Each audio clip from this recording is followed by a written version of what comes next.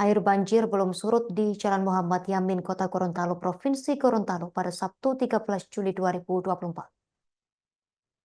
Air masih menggenang di Jalan Muhammad Yamin, Kelurahan Limbabe, Kecamatan Kota Selatan, Kota Gorontalo.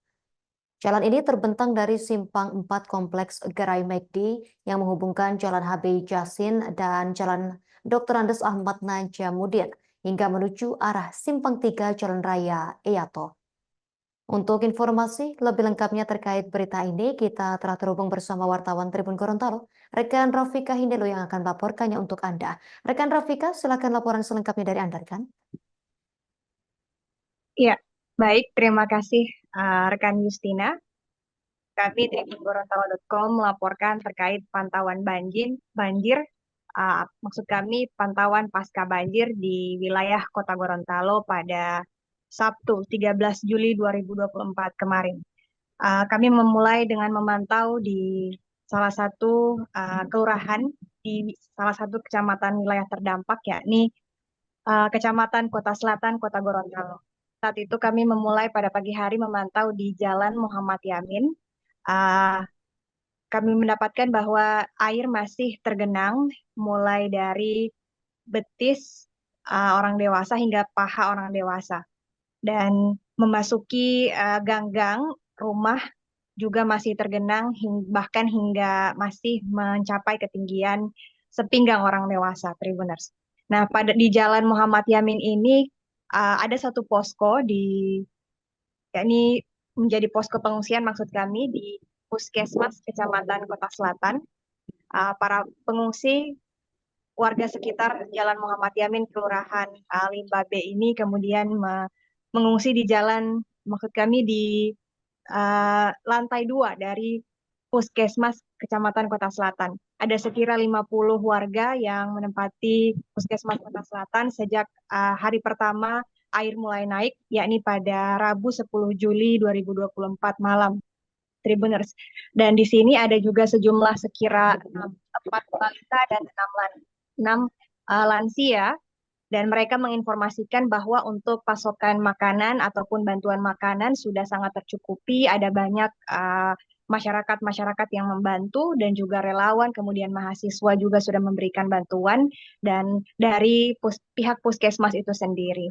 Dan namun saat ini pada Sabtu kemarin mereka mengatakan bahwa yang sedang mereka butuhkan saat ini adalah air mineral, kemudian susu formula untuk bayi dimulai dari 7 bulan hingga 1 tahun lebih dan juga 4 tahun. Kemudian juga mereka membutuhkan diapers atau popok bayi berukuran XL atau L untuk usia balita serupa yang membutuhkan susu formula tadi. Kemudian kami bergeser ke Jalan Pangeran Diponegoro, masih di kelurahan yang sama, yakni Kelurahan Limbabe, hanya lurus sedikit dari area Gerai McD. Di situ pun air masih tergenang, mulai dari betis hingga uh, paha orang dewasa, dan sama juga masih menggenang di rumah-rumah, bahkan ada yang bagian pinggang orang dewasa. Dan di Jalan Pangeran Diponegoro ini cukup banyak warga berinisiatif untuk membuat perahu rakit dari batang pohon pisang, namanya. Kemudian dilapisi dengan uh, papan, Tribuners. Perahu rakit ini digunakan untuk alat transportasi selama air masih menggenang. Sebab saat itu warga sudah mulai banyak yang berlalu lalang untuk mengecek rumahnya. Sebagian warga yang mengungsi di beberapa posko pengungsian sekitar, dan juga ada banyak warga yang tetap tinggal di rumah. Seorang warga sekitar yang biasa uh, berkumpul bersama di titik rumah sakit bioklinik di Jalan Pangeran Diponegoro ini mengatakan bahwa memang rumah harus dijaga karena takutnya ada warga yang akan mengambil kesempatan dalam kesempitan. Sebab itu banyak dari mereka warga yang rumahnya terbilang cukup tinggi tetap tinggal di rumah saat banjir. Dan Tribuners, mereka pun memberikan informasi bahwa para warga yang berkumpul ini yang sering nongkrong di RS Bioklinik ini merupakan banyak didominasi oleh pengemudi bentor, dan mereka beralih sementara untuk mengemudikan transportasi perahu rakit dari batang pohon pisang ini. Sebab bentor mereka, yakni becak motor, alat transportasi mereka untuk mata pencaharian, itu sedang rusak, mogok, terendam banjir, Tribuners. Dan mereka juga menggalang dana lewat live Facebook, dan banyak sekali bantuan yang sudah disalurkan. Namun lagi-lagi tetap sama, bantuan yang masih diperlukan untuk saat ini adalah obat-obatan, kemudian air mineral, dan juga susu popok bayi.